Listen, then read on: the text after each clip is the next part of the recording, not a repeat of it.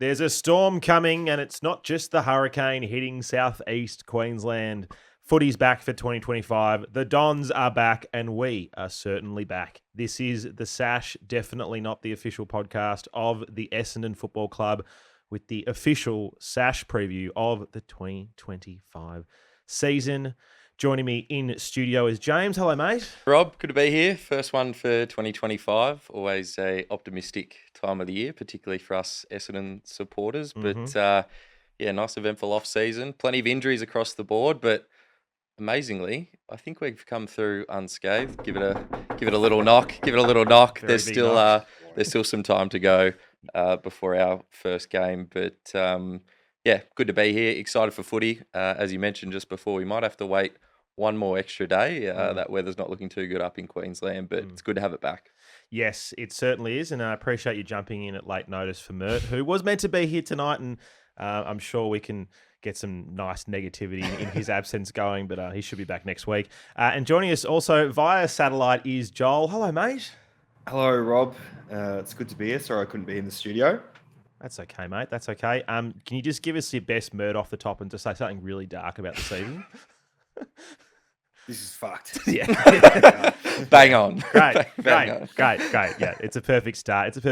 Joel, I'll go to you first, mate. How's the mood heading into 2025? To be honest, I wish I hadn't watched the preseason games because as much as I don't want to be optimistic, I like some of the things that I saw. I think it was probably pretty clear that Geelong were in second gear, though. I rewatched it and it just kind of felt like we were really having a crack and maybe they weren't. Yeah.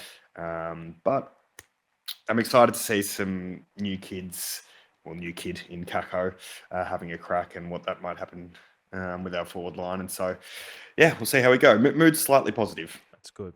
I like it. And yourself, James, you did allude to it being a positive time of year. Yeah, I know I'm replacing Mert, but I'm on the more positive side when it comes to Essendon, which, it comes back to bite you pretty quickly sometimes. But, I think I'm realistic on the results and expectation for this year, but I'm excited for the season. Joel touched on it just before, going to watch the likes of Caddy and Kako. That's excitement. And whilst I think we're probably going to have a similar year results-wise and ladder position-wise, and we can talk about the reasons behind that in a moment, I'm excited about the play development and opportunities that are going to come with that. Yep. The best thing about this time of year, fellas, is that we haven't lost a game yet.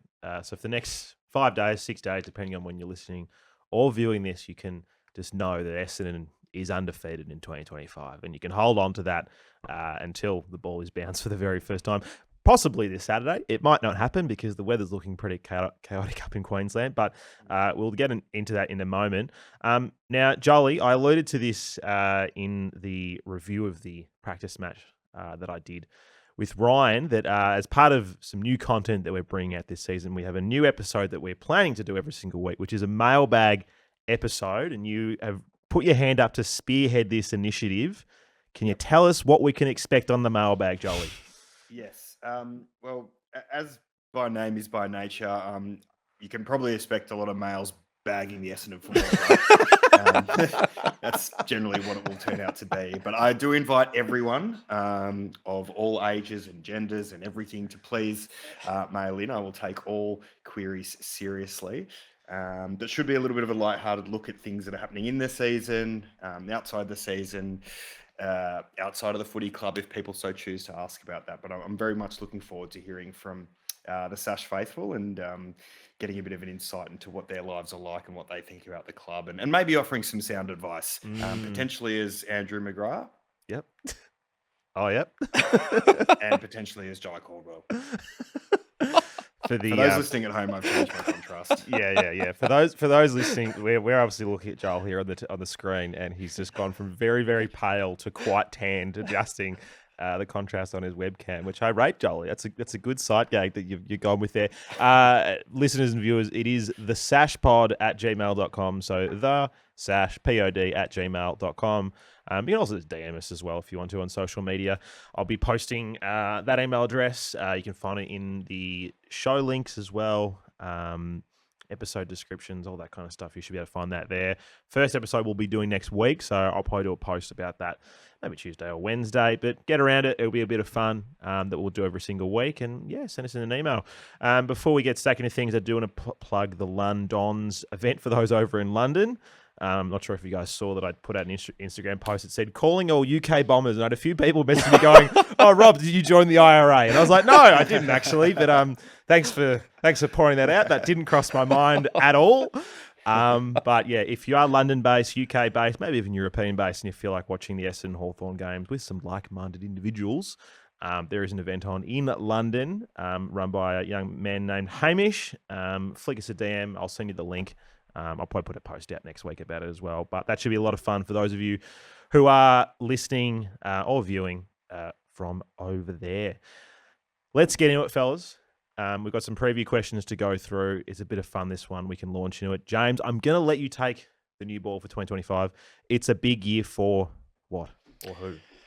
I did two who's. Now, the first one was Archie Perkins, and as I'm sure all our listeners tuned in to the wonderful Journo podcast that you did not too long ago, Rob, and there was a couple of answers similar to mine, and that was Archie Perkins. So I won't stay too long on him. It's pretty obvious why it needs to be a big year for him and why I think it will be a big year for him. He obviously gets a real opportunity with Jake Stringer going out of the side. I think I've spoken about who was going to step up. I sort of penciled in Archie Perkins. I think the preseason games, like Joel alluded to, only made me more excited about that, and that could be a little bit of a trap, but I think he's got a real opportunity now, 80 games under his belt. He looks extremely fit. The no-nonsense buzz cut I'm rating from Archie, the long locks are gone. As handsome as he looked with them, I just like the no-nonsense look about him, as well as Ben Hobbs joining in on that also. Has it all clicked for Archie? We're about to find out. I still cast my mind back to round one against Hawthorn, where he had 24 touches and easily best on ground. That was his season best for the year. 12 tackles in that game, season best. 8 clearances, season best. He didn't top that for the rest of the year. So I know his role changed a lot from that game, but we know he has the ability. It's now about putting it together, and I feel like it's the time of his career where he can, and it's players like him that take that next step. Yeah. That allow us to go to the next level. The other one I had down was it's a big year for Brad Scott. I think it's been alluded to already on this pod, but that quote in the media around hard work and professionalism should be celebrated, not ridiculed, which is even hard to read because it makes a lot of sense when we think back really the last 20 plus years. It's alarming, but it's not surprising insight into the culture that's been embedded in this club for far too long, and that doesn't change overnight. But I think now Brad coming into his third season, I feel like this is the first genuine year where he's really started to turn the wheel. We've had a lot of off-field change. We've had a lot of on-field change. Even end of last year, Dodoro's still hanging around. So I really feel like this is his year alongside Rosa, where they've developed the list to where they want it. They've culled some older heads. They've brought in some young talent, which we've clearly already seen paying dividends, even in practice matches. I'm really optimistic around Brad Scott being able to start to turn that wheel, as I said. Even in that practice game against Geelong, tackling pressure, defensive effort, seems like there's an attitude change. Players seemingly fit. Draper looks as fit as he's ever been. I mentioned Perkins looks fit before. Sardis has done a stack of work outside of just his fitness, clearly with those foot skills as well. So maybe it's just starting to turn a little bit, and I think it's a big year for Brad Scott to show what he's been working on the last few years. I like it. Before I give my thoughts, Joel, I'll throw to you, either Perk or Brad Scott there. We're going to pick it up. Perk was definitely one of the ones that I was thinking about, and as James said, not really a surprise. I think the commentary against the Cats mentioned that he's, apart from Errol Goulden, played the most games out of that draft class. And just having his name up there next to Errol Goulden's name kind of makes you think he probably could have achieved a little bit more. And he's always showed a lot of promise, and he's someone that a lot of fans who support other clubs actually kind of pay attention to and are like, what's going to happen with this guy? So he does have a lot of pressure on his shoulders, but I really hope he can turn it around. It was a big year for Mason Redman. He kind of really dropped off last year. He's entered the leadership group, and his position that has sort of held down for the last 4 or 5 years. We've started to roll quite a lot of people through. Obviously, Nick Martin rolling off halfback. We've got Dylan Shield rolling off halfback. There's talk of Merritt doing that. So I'm just interested to see where this leaves Redmond and how that transition into his attitude for the year. And we know and love him at his best. He didn't capture that for a lot of last year. So I think for us to be a strong unit down there, it requires him to get back to his confident and bullocking self. Do you want to see him in more of a offensively minded role again? Because I think we sort of did see last year he was taking, a few more better forward, probably playing a little bit, closer to the defending goal. Like, where do you want to see him sort of doing his best work? I like him in that offensive role. However, there's, I guess, whether the club has confidence in him playing that or not, they're obviously trying a number of other options as well. I think if we can have Reid, Mackay, and Ridley all fit, then that probably naturally allows Redmond to have a little bit more of an ability to break off his man. So I would like to see him playing more offensive than last year, but it might not go back to the glory days where Essendon didn't defend at all. Yeah. All our halfbacks could just run. Yes, we know how well that turned out, don't we? I'll just circle back to. God, I'm saying very corporate here. God, I'll just come back to the Brad Scott comment. Like, people probably have already heard from some of the podcasts that I've done recently, but yeah, one of the reasons why I don't think we regress much this year is because of that growth of what you're saying that Brad Scott's brought in. Now, I don't think it's going to make crazy strides forward, but I think just that fact that, all right, they've really sorted out their professionalism. They're putting in much better work over preseason, over off season, all this kind of stuff. I feel like if you're doing that, it's unlikely you fall away, bar some kind of, injury crisis or something like that. And it looks, people, like you said, people look fit. People look like they're ready to go. Whereas in past, I've definitely come into this time of the year being like, oh, that guy doesn't look great, doesn't look red hot. So that's what's making me feel better.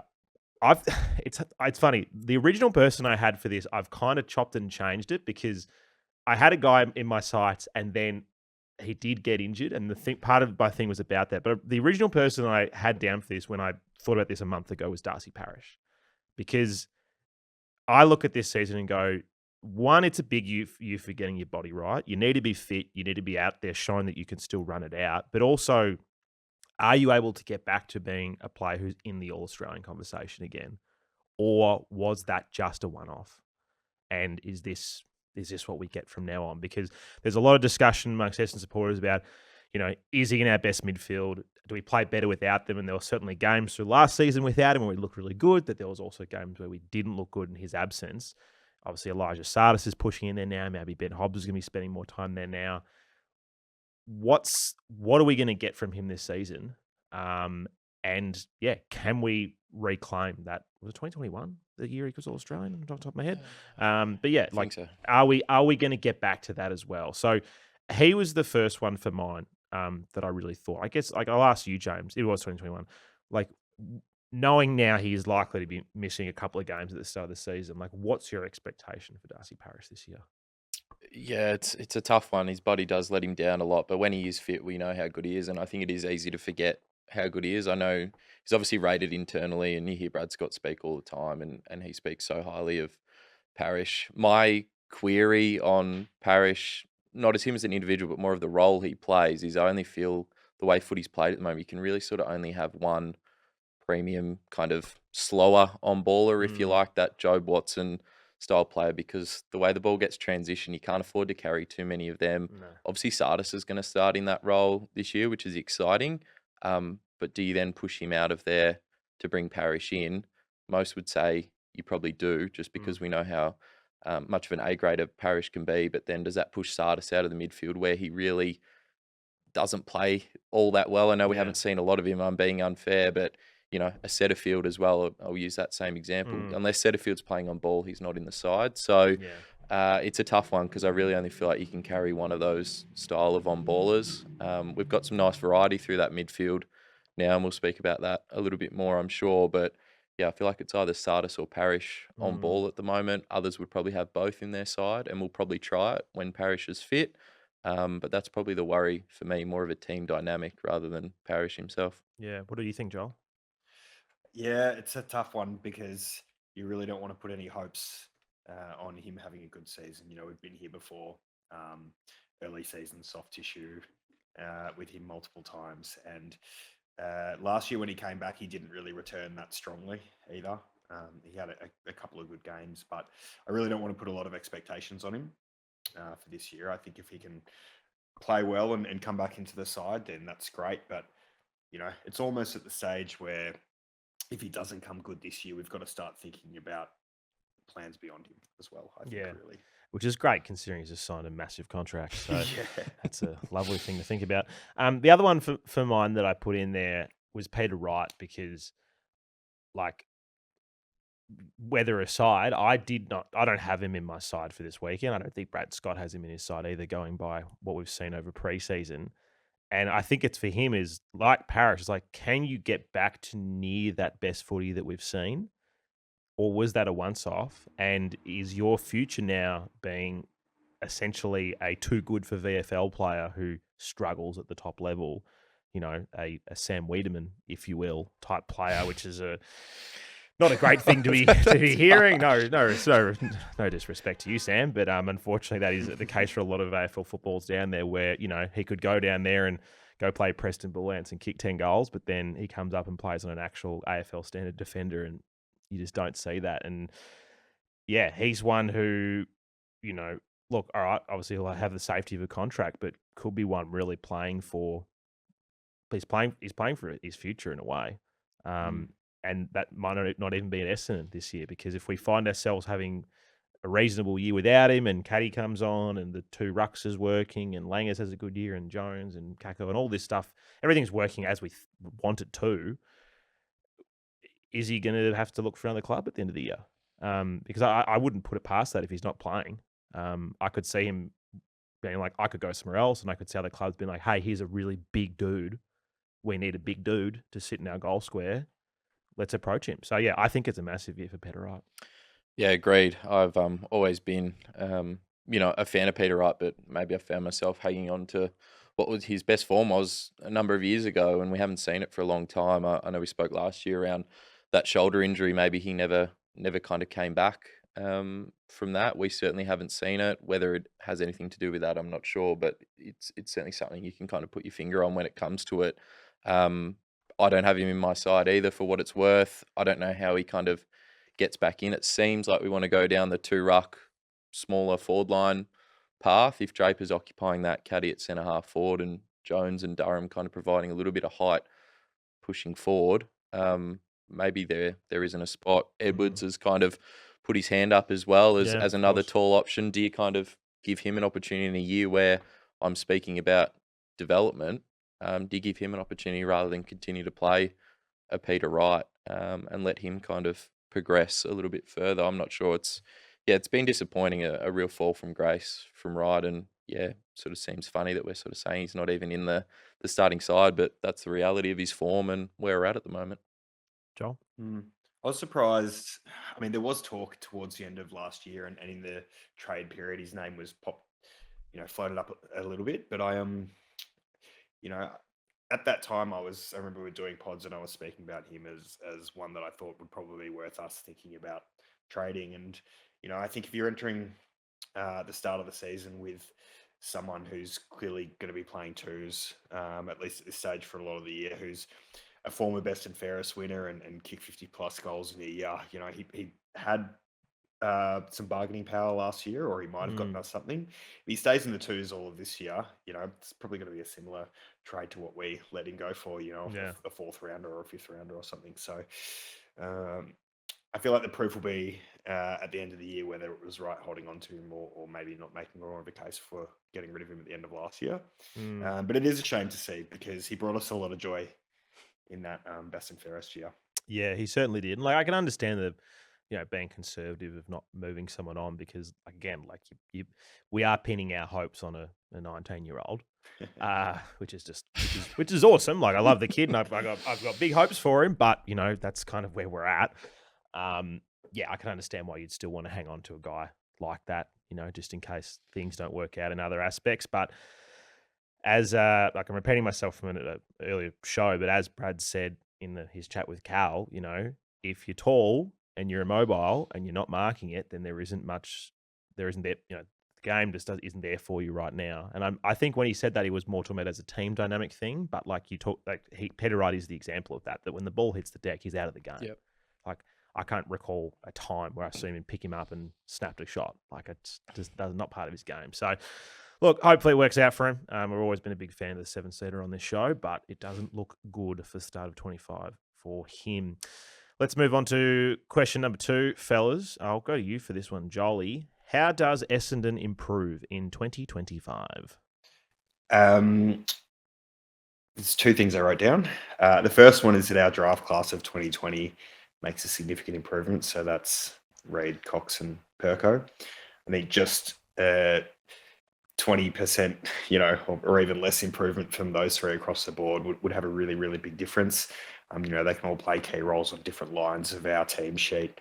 And what Reid stability would do for Mackay and Ridley, what Perko kicking 30 goals would do for the rest of our forward line, what Nick Cox, becoming a proper utility would do for the rest of our team, would have all these massive benefits. So I think that's something that could really improve our chances. And then the other thing I had is that our fitness lasts us through the season. You both already mentioned it, but we do look better than we have in the past. We look trimmer and we need to avoid dropping off from the bye onward. Otherwise, it's going to be the same old story. Yeah, it's got a bit of that about it. Like it's hard to believe that the fitness just wasn't there. Like in this game, in this professional environment in sport of all things, that just fitness was letting people down at that stage of the season. And you can forgive young guys who are, under 21 for that kind of stuff happening. But yeah, some senior sort of figures that weren't doing that.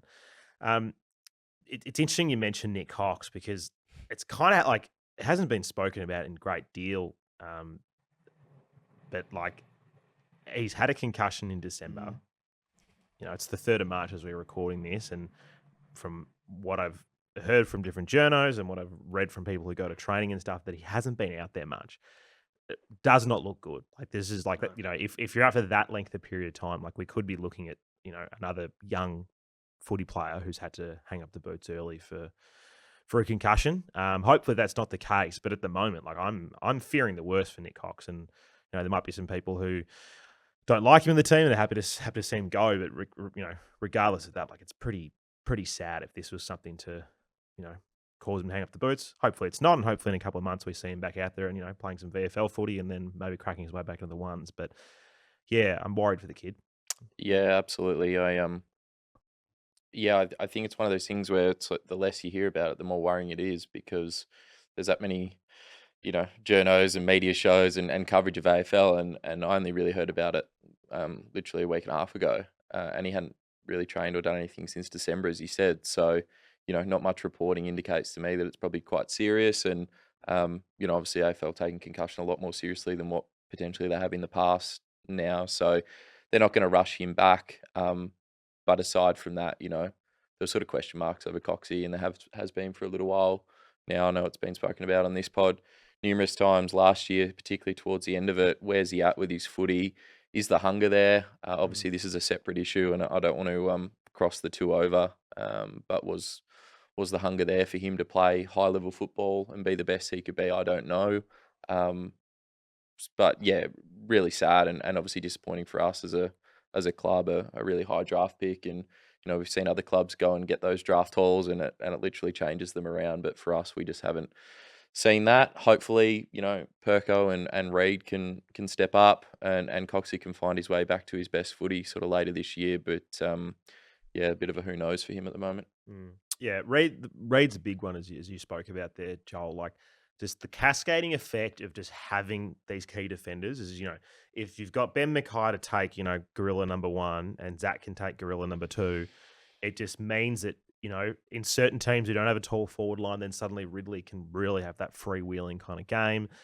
Redmond can be a bit more freed up or more focused on smaller guys, and it just really changes so much. Like, obviously, like certain matchups work out well, but in an ideal world, you could play Carlton, and it might be crazy to think, but Zach Reid could play on Charlie Colonel at one point. Maybe it's not this year, but maybe in the future, and then Ridley's able to do something more. I know he Ridley obviously hold his own there, but yeah, it's going to help us so much as having the three of those guys fit for as long as the season we can, because we've had a month and one practice game so far. So let's keep it going.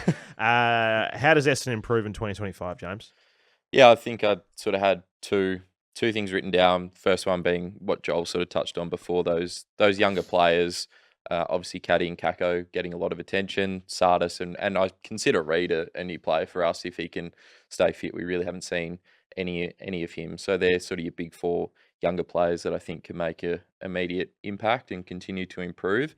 The second one I wrote down is sort of this core of players that are between that kind of 50 and 100 games for us at the moment. And I think we've seen across the competition in the last few years, that's where a lot of your improvement comes from. And they might not grab the headlines in terms of being consistently the best player or all Australian or best and fairest, but if you can get improvement incrementally across the ground from these sorts of players, you're going to see improvement as a team. So Durham, 71 games, Caldwell, 78, Perkins, 80, Draper, 73, Jones, 52, and Hobbs, 47. I feel like that's a really good core group of players that, have played a lot of good footy, particularly Durham and Caldwell stepped up notably last year. But they're the real core group that can take us to the next level. And I think we've seen signs, as I said, from all of them. Jones had a fantastic game. I thought Hobbsy tried his guts out and took a step up, even though his disposal was a little bit rough in that Geelong game. Perkins, I've spoke about. Draper, we've already spoken about in terms of looking really fit and looks like he's going to have a presence up forward as well as in the ruck. And then obviously Durham and Caldwell, I think, have shown that improvement, but there's more to come from those two as well. So I'm really excited about that core group of players. And, we might not see a big improvement in terms of ladder position or win-loss, as I spoke about, but having players like that alongside your Caddies and Kakos and Reids and Sardises, it's much more justifiable at the end of the year to have 20 games into all of those guys than, finish the year in 11th or 12th and Stringers kick your most goals and Goldstein's played 12 games and Jake Kelly's still playing on the wing. So that's... Sorry, I snuck it. I had to sneak him in once. Oh, God. had to sneak him in once. Sorry, Rob. Bit of PTSD there. Shout out to you, Jake. My favourite player.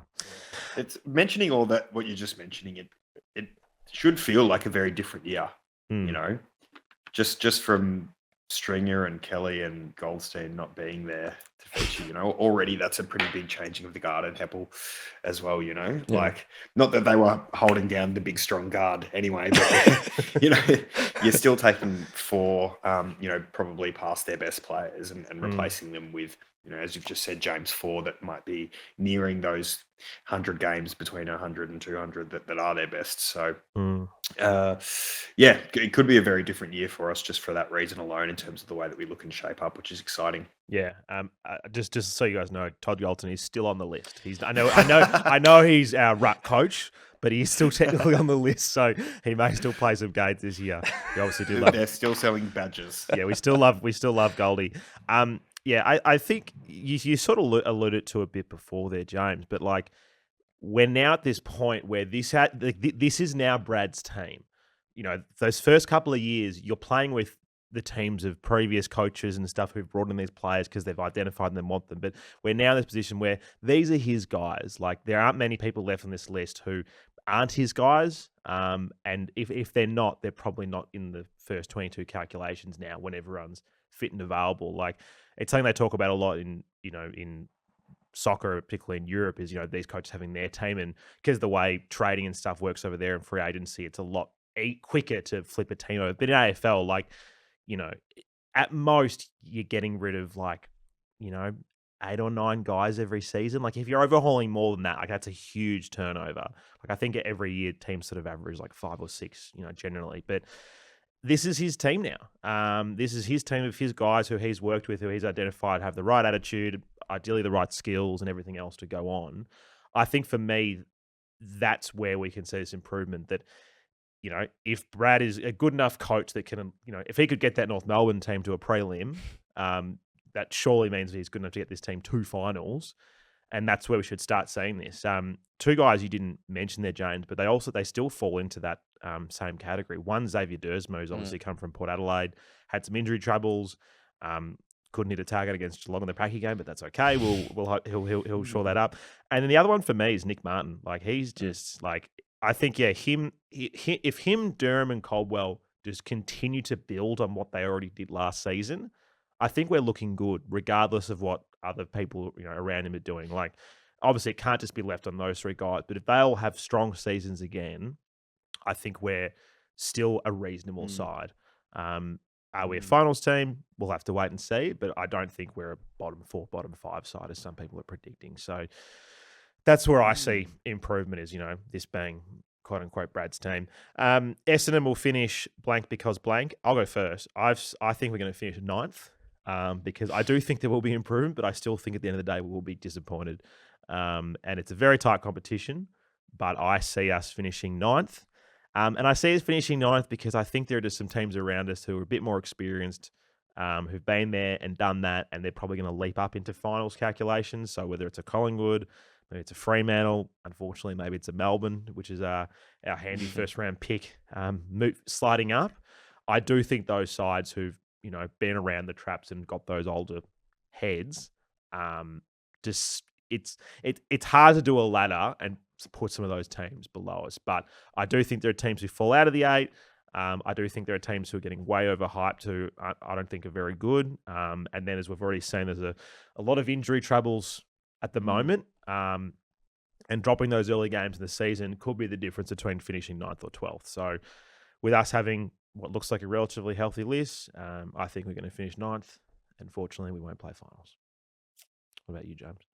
I wrote down that I think we'll finish 12th, which is one small step Backwards. down from where we finished last year when I was typing up some notes. I actually thought we finished 12th. And then when I had a look just before I came here, I saw we finished 11th. So I've actually said we're going backwards, which is not the attitude that I presented in terms of the optimism I'm trying to bring to the podcast. But it's the best 12th ever. Yeah. As I said, I think competition is as tight as ever. I think we'll see a lot of improvement. I've spoken about the players already. I don't think it will necessarily translate into better win-loss ratio. We've got a tough draw if you look at the ladder from last year. However, I think it's a year where we'll sit back at the end of the year. Yes, we've missed finals, which is always disappointing. You obviously play to make finals and win finals, but I think we'll look back and 20 plus games for Caddy, Kako, Sardis establishes himself as a top 5 pick and rightfully so as an inside midfielder. Draper takes the next step. Jones cements himself on a wing.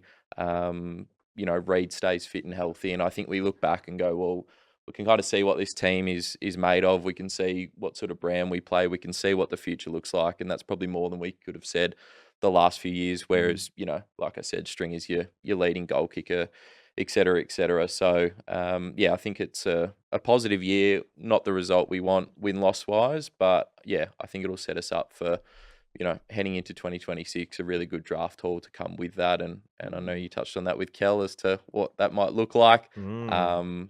Setting ourselves up to go in the right direction. I like Getting it. me excited. You're both starting to get me cheated up. Yeah, sorry. Where's Mert? Get Mert back. Yeah, sorry, I'll channel my inner Mert. We're going to finish last. We're the worst team in history. We'll finish below Richmond. We'll win 2 games. All right. Okay. All right, but we're back. Equilibrium has been established. Joel, Essendon will finish where? I said we'll be finishing 10th because we can't beat the best teams yet, and our percentage still isn't very good. Oh. We have struggled perennially with having percentage or a competitive percentage, and I just think that's going to continue maybe until our forward line matures. And, we can count on hopefully Kako and Caddy to give us some highlights throughout the season, but we can't pin all our hopes on them. And also when our backline gets a little bit more cohesion with Reid hopefully playing for a good couple of years. So I think we need to take a big step up in percentage for us to really start shooting up the ladder in particular. I like it. Well, at the time of recording, our percentage is 0, much like the rest of the competition. So we're starting in the same position, Joel. It's an even starting point. That sounds about where we finished. Yeah, exactly. Yeah. How much above 0 will we finish our percentage this year? That is going to be the teller. I know what you mean. Like, I think that is always the sign of a good team is that throughout the season you really put some teams away. And like in recent memory, I can't think of too many big wins like that where it kind of gets that 30-point margin. I'm trying to remember the one off the top of my head, but there was one. I think there was one where we were out a bit, and then 5 minutes to go, you take the foot off the back, and the other team just gets some late goals. It's like, well, no, if we're good, you're going for the kill, and that's what you see those good sides doing, is that when they play an easy beat side, instead of just rolling up and go, cool, yep, we'll take our 2-goal win over North. It's like, no, it's a 10-goal win. Like, that's just the sign of a good team, especially with the forward half cohesion, which has just been something that's let us down. Our forward half cohesion, has been very average. Fellas, we're going to continue the crystal ball, and we're going to do some Essendon predictions before we have a break and do a bit of AFL-wide predictions to wrap up our Monday night show.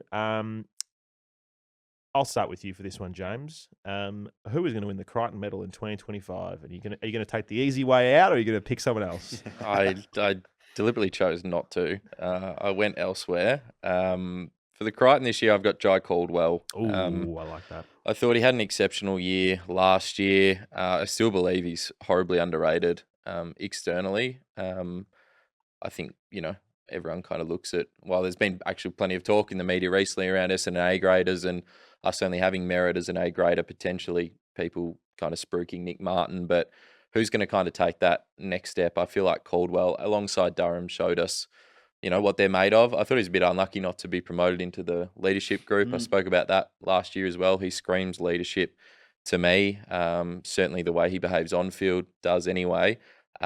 He works both offensively and defensively, which is what we've been craving from really our whole team, but particularly our midfield. He can do a run with role. He'll happily sacrifice his game to kind of shut down another midfielder from the opposition. He can also be a 30-plus mid. He tackles, he chases. And I think with Merritt, potentially playing a little bit more outside and around half back, Parish injury troubles, Durham playing a little bit more forward. This year, Sada's still finding his feet as a young player. I think Caldwell's going to be that consistent force through the midfield for us. Question mark for me is only the fitness. I know he had the hip injury, but that seems to have rehabbed really well, and I thought he looked good in the half he played the other night. So, yeah, I think Jai Caldwell for the Crichton.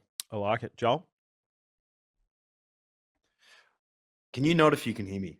Yeah, we can hear you. Yeah, we can hear you. All right, cool. Well, I can't hear myself at the moment. But I think I'm just going to go outlandish here, and I'm going to say Sam Draper. I just love the way that he played. I know.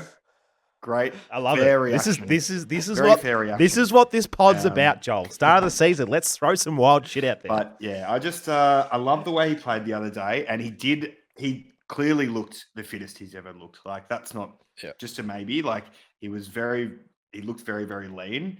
He looked like he was moving really, really well. And he didn't seem like he was doing anything too stupid either. And I know it was only That's rare. That's rare. That's real rare. Yeah. So I just kind of feel like maybe has he had a bit of self-reflection over the preseason, and has he said, no, you know what, like I have more potential than this, and I'm really going to knuckle down, and maybe he's not getting distracted by other players anymore, and I'm just backing him in to be a bloody legend and kick goals and dominate ruck contests and create contests and really be that barometer. Yeah. Win the medal. Well, contract year Stringer has gone, so maybe now it's contract year Draper. It could be a thing. It could be a thing, yeah. I think it's a sign of him having a good preseason that I haven't been sent a single photo of him at a music festival this summer. Whereas in previous years, it was a lot of, hey, I saw Drapes at this gig. And I'm like, oh, great. It was like, okay, that's good. Good to see. But didn't see one this season, so that's always a good sign.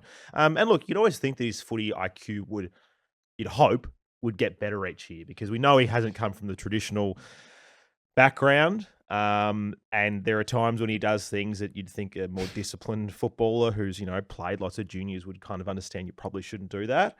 But hopefully there's some growth that's happened there, and hopefully, our other big ruckman, Todd Goldstein, has parted some wisdom onto him. We'd certainly hope so.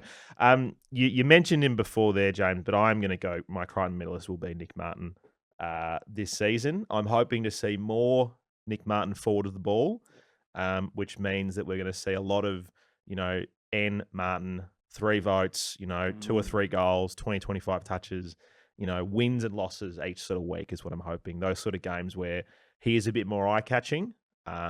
Obviously, you know, it might be good for the super coach when he has 40 across half back, but I'd much rather 25 and a couple of goals in the forward half of the ground. So, N. Martin for the Crichton for me. This will be an interesting one. Who is going to kick the most goals this season? Joel, I'm going to throw to you for this one first. This is also one that probably has a pretty obvious answer in Langford this year. You know, he's kicking wavered a little bit last year in terms of his accuracy, but he was still incredibly dominant and a really big part of our forward line. So it's obviously very, very hard to look past him. I guess what I would love is a spread of Grom. I think that would be something that might be really. I like it. I like it. James, what about you?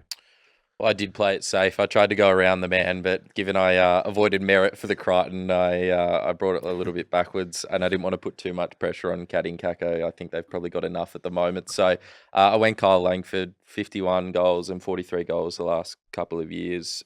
Very consistent player, relatively reliable in front of goal, although I still think about that set shot against Collingwood.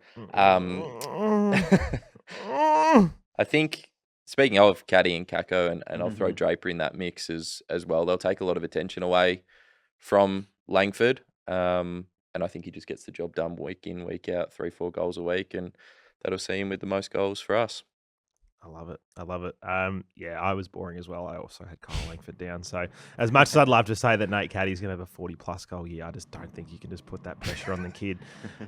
Also, just some big news coming here through, boys. Lavs Gaming is back on Fortnite right now, and Sammy Durham's playing there with Jai Menzies. So get around the boys. I love that. Most improved. I'm going to go first, and I'm going to take, I think, a very easy one to pick because I've seen 2 practice matches where he's looked pretty good. And I'm going to say Elijah Sardis is going to be most improved because going from someone who looked not up to the standard at times in his first couple of games playing there on the wing to looking like someone who looks like a genuine ball-winning midfielder. I think it's very hard to go past him that if he's playing in that role week in, week out, that he's not going to be most improved. He's sadly 1 game over being eligible for the Rising Star, or is it 2 games? You have to be under 10 or 10. Either way, he's on 11, so he's just over. A couple of those games playing as sub have tipped him over the edge, so he doesn't qualify, but I think it's pretty hard to go past him for the likely most improved for this season. What about you, Jolly? That's a great shout. It's really awesome watching him in the middle because I guess you kind of notice his size versus our other midfielders a little bit as well. You know, he's not only is he taller than some of them at 187, he's not huge, but he's also starting to feel a lot bigger and stronger as well, which is really exciting. Yeah, he does. He does look like a bit of a ball. What about you, James? I also had Elijah Sardis as well. Oh yeah, sorry, Joel. I just cut you off. Sorry, Joel. I cut you off. You're lagging a bit there, and I've completely forgot to ask you. So, who are you going for most improved there? Again, that was the lag that did that. That was so. It was perfectly timed. I stopped speaking like 30 seconds ago. We're leaving that in. I'm leaving that in. No, I'm leaving that in. I'm not cutting that out. Maybe we can be most improved. Yeah, most improved. Short and sharp from me. Yeah, most improved on the pod. Brian. Yeah, there we go. No, very good, Jolly. I'll let you actually speak about it. Why do you think Nick Bryan will be most improved? A lot of it just has to do with the fact that we're going to get to see him this year. Oh, no. Yeah, no, that's it. That's okay. That's okay. You are really lagging. I'm going to keep my answers short. Yeah, you are really lagging at the moment. Tell Mags to stop streaming maths or whatever she's doing because she might get off Lavs Gaming. Yeah. Tell her to get off Lavs Gaming because she might be doing something to stream there. We'll try and wrap up pretty soon, so you have to go too long. Quickly, James, you're most improved. Yeah, pretty safe bet with Elijah Sardis. One thing I'll speak about just on him there, because I know you boys mentioned him as well, but I like that the club have been patient. I think in the past we've kind of thrown those sorts of players to the Wolves, and I've spoken about it at length. If you've got an inside midfielder, either play him inside mid or let the kid develop. I think Parrish is a good example of that, picking him, but then playing him on a half-forward flank and wondering why he's not playing his best footy. We've let him develop in the VFL. He's bought his time. He stuck fat with us. I know there's a couple of clubs interested in him because they could see the talent. I think now we're going to see that patience pay off for us. Just to throw another player in there, because I know we all mentioned Sardis, but someone that kind of caught my eye in the practice game and kind of flies under the radar a little bit. But Jade Gresham, he had a so-so year last year. Not negative, not positive, just kind of in between. But I think the way that we're going to try and play our football this year, hopefully, will suit him. That smaller forward line, that pressure, chase and tackle. Again, Kako and Caddy are going to get a lot of the headlines in that forward line. But I think Jade Gresham can play a really important kind of half forward role for us, which is a pretty unrewarding role sometimes. They kind of call it the grave shift playing there for a reason. But yeah, I think he can. I think he can go to a next level and yeah, kind of get on the end of a few and get a bit more plaudits than maybe he did last year playing a difficult role. That'd be good. That'd be good. I reckon we take a little break and then we'll come back and we'll talk about the Suns game and then also some season predictions for the rest of the competition. Welcome back, everybody. Part 2 of the show. Before we do into some wider AFL predictions, I thought maybe we can have a quick discussion about the game against the Gold Coast because the weather is looking probably bad. Probably bad. I was going to say problematic, and I got distracted because Joel just sent me a text because he's lagging, but that's okay. James, assuming this game goes ahead, which I think it probably will, it's likely to be an absolute bog. Do you leave a Nick Bryan behind? Do you play a Will Setterfield just to get a little bit of extra muscle around the ball? What do you reckon? Going to be probably bad is not far off what the Bureau of Meteorology actually usually put out. So that's relatively accurate when it comes to weather predictions. Yeah, I think you play one ruck, which I assume would be Draper, kind of a bit more of that bash and crash style in wet weather. I still have nightmares about that game against Melbourne last year where it was starting to rain in the afternoon and I was waiting for the late change for us and we chose to play 2 rucks and Peter Wright and that went about as well as you thought it would. So hopefully we're a little bit more agile when it comes to naming the team this week. Traditionally, we've been terrible in wet weather footy. Hopefully that changes a little bit. But as I said to you before we started recording, Gold Coast, it kind of looks like a wet weather game all the time up there anyway. But yeah, one ruck is the obvious. And then you go with that small forward line that it looks like we're going to play with most of the year anyway. Don't mind the Setterfield suggestion. I kind of like him playing against Gold Coast anyway because we need someone to go to Matt Rowell. I don't think anyone's picked him up the last 2 times we've played, so I don't mind a run with role for Setterfield on him if he's going to come in and play that job, and the wet weather only helps him. Yeah, exactly. Looking at this is the forecast for Thursday to Saturday up in the Gold Coast. So Thursday, 10 to 80 millimetres of rain. Friday, 25 to 130 millimetres of rain. And Saturday, 25 to 110 millimetres of rain. How's the range? They're nearly giving themselves 100 mil. It's fucked. It's fucked. I need to if friend of the show, Tony Auden, who's 7 weather up in Queensland. Tony, if you're listening, if you're watching, let us know, mate. What the fuck's going on? It sounds hectic. Storm of the century. Or is this just another conspiracy by the Sandbag Union to sell more sandbags? I don't know, because whenever we have a storm of the century in Melbourne, it turns out to not be much. But I do feel like it's a bit different up there. So, Tone, flick us a message. Let us know how bad it's going to be, and if you're even going to the game. Because if you're flying up for this game, like I would not want to be flying into Coolangatta and any time this week, let alone maybe you fly to. Even Byron Bay would be bad. Ballina, I don't know. Just fly to. I guess you fly to Newcastle and drive. I don't know. Maybe just don't go. Yeah, maybe just stay home on the couch. Yes, avoid getting drenched and watching us lose by 10 goals in the wet. Yeah, it's not looking good. All right, James, we're going to do some wider AFL predictions to wrap up the show. We have lost our satellite with Joel, so he's going to ring me. And he's going to jump on for the final couple of minutes, everyone. But we're going to fly through. Let's start with the Premiership flag. Who is going to win the flag? I've got the Giants this Ooh. year. They certainly fumbled their opportunity last year, but yeah, I think that experience will hold them in good stead, and I think they'll go one better. And that's going to hurt a lot of the Dons faithful because there's a certain package that now plays for that team. But yeah, I think on paper, barring injuries, which obviously play a big part in the season, I think they look the goods. Yes, they do. They do look pretty good. They were one I've thought about as well. But for the sake of going different, another team who are also incredibly close to winning or getting to a grand final. I actually think the Cats could win it, which is wild to say. Like, I know we beat them there over the weekend. Oh, here's Joel. Joey, you there? There we go. Good. Yeah, cool. I'm currently holding my phone up to the microphone. We're talking about who's going to win the flag, and I've just been saying how my tip is Geelong.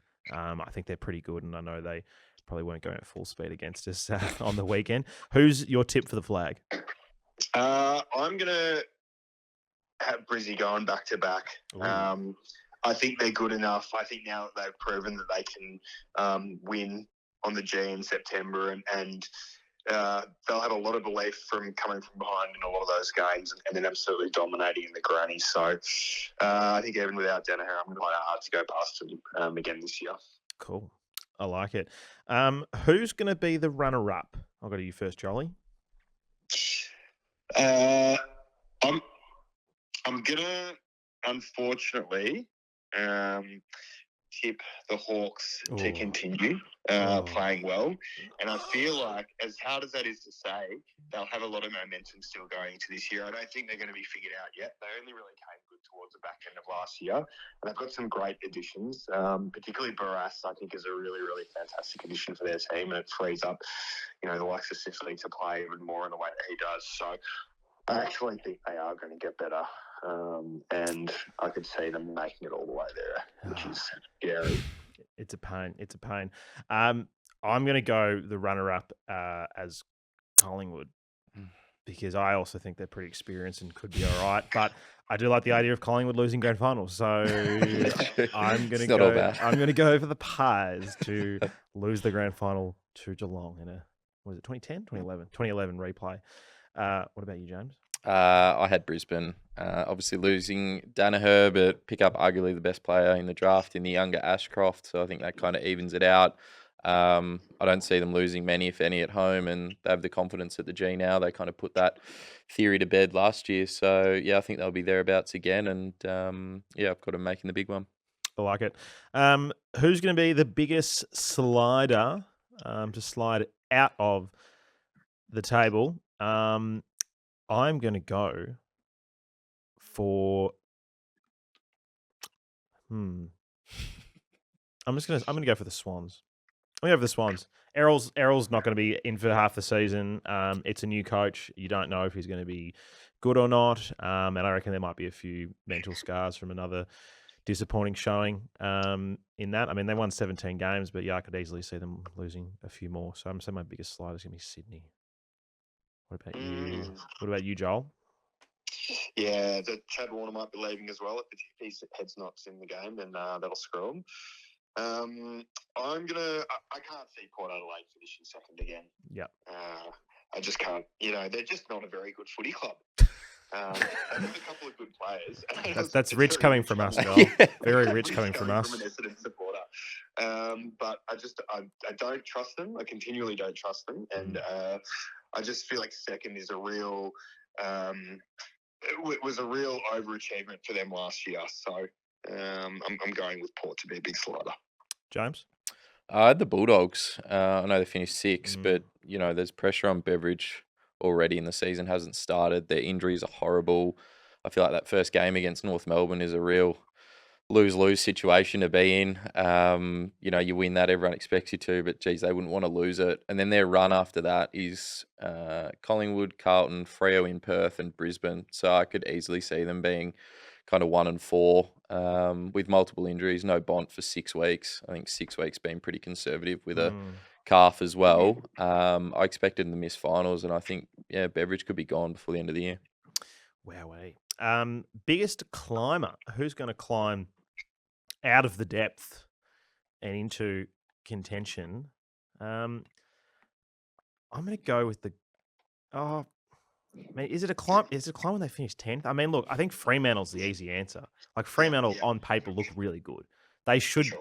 They should be. They should be like. They should be gunning for top 4, but they should be a top 6 team at an absolute minimum.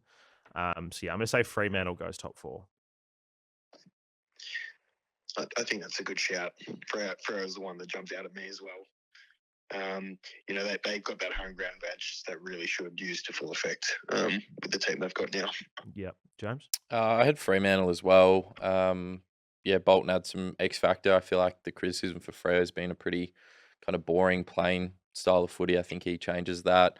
I think they'll win all their games at home. They'll pick up a few here and there in Melbourne and interstate. Can see them finishing well inside the top 8 and probably more towards that top 4, as he said. If I had to go outside of Fremantle, potentially Adelaide, I think they've got the talent in their list. I think Thilthorpe coming back is going to be a massive addition for them. He's going to be a problem. Rankin, Fruscelli can get back to his kind of best footy as well. I think they could be a big climber as well. I like it. The Brownlow medal. This will be a short one, I imagine. I'll say Nick Dacos. Anyone else disagree? Agree. Yeah. It's going to be hard to go past. Yeah.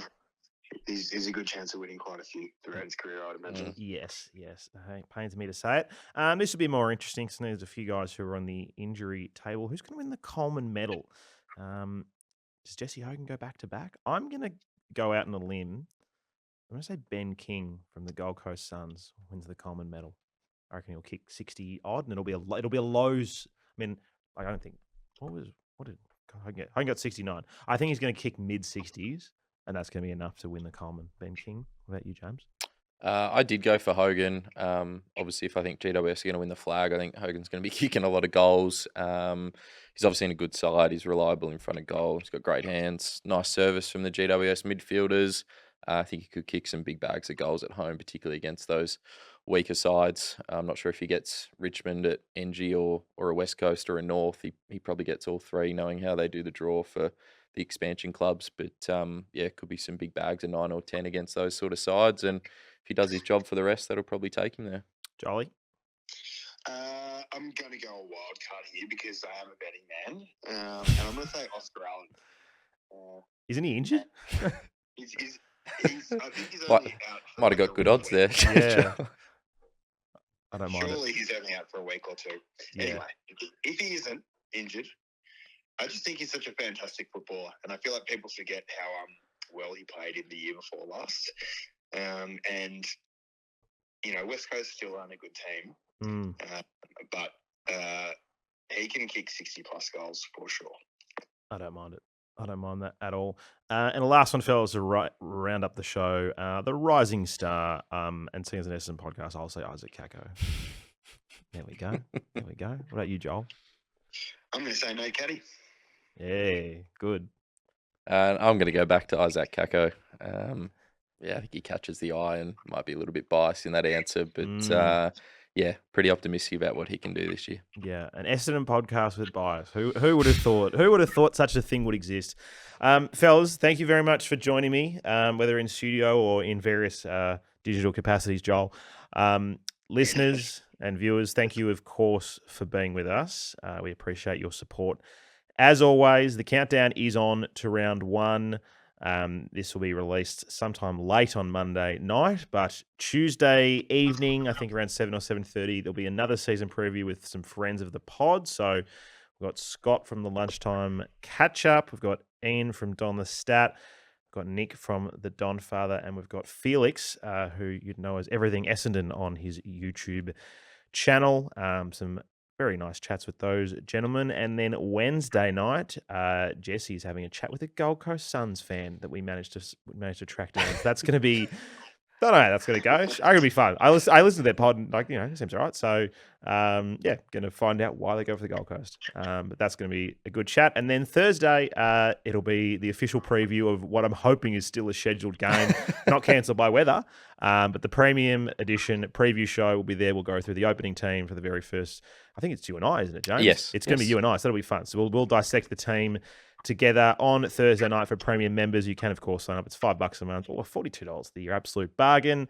You get an extra show every single week. You also get an ad-free experience across all the different shows that we'll be putting out as well. Some things will drop a bit earlier for you and all of that. And you can get on the Discord, which is always a barrel of laughs. During games, post games, there's a lot of Harley Reid trade chat happening at the moment, which I'm all about. The sightings thread is my favorite one because I'll just occasionally go to it and just see what people have written. Just someone just wrote, caught the tram with Tom Jock today. Love that. I'm just all about that kind of stuff. So get on the Discord if you're a premium member. It's lots of fun. Joel, final words from you, my friend? I'm excited for this season. I'm excited for Dons. I'm excited for more content. And it's just good to have footy back. Yep. And you're excited to get yourself a new laptop, I hear. Yeah. I'm going to be claiming that on the Sash tax break account, I think. Yeah. We'll see how much of a discount we can get, but I'm sure we'll try and sort you something new. If you're going to be running the mailbag, Joel, you're going to need a laptop that works, I reckon. Right. Yeah, that's right. James, final thoughts? Just good to have footy back, whether it's Thursday or maybe Friday at this stage. Looking forward to Don's footy on Saturday. And yeah, make sure you get involved in the mailbag. I'm looking forward to Joel running that this year. I think that'll be a bit of fun, but that only happens if the faithful get involved. So yeah, make sure you send it in. And it certainly doesn't have to be about footy. I'm probably more interested in what Joel has to say about outside of footy, love life, etc. I'm looking forward to it. Yeah, this is Love Line with Love Line with Joel D. Late night. Love Line with Joel D. Yeah, this is oh god, what was that magazine? There was this magazine in primary school the girls would have. Dolly. This is Dolly Doctor with Joel D. God, that's a throwback to people. Here's Dolly Doctor with Joel D. That's the sashpod@gmail.com for anyone who's interested in hitting us up there. Otherwise, you can find it in the show descriptions.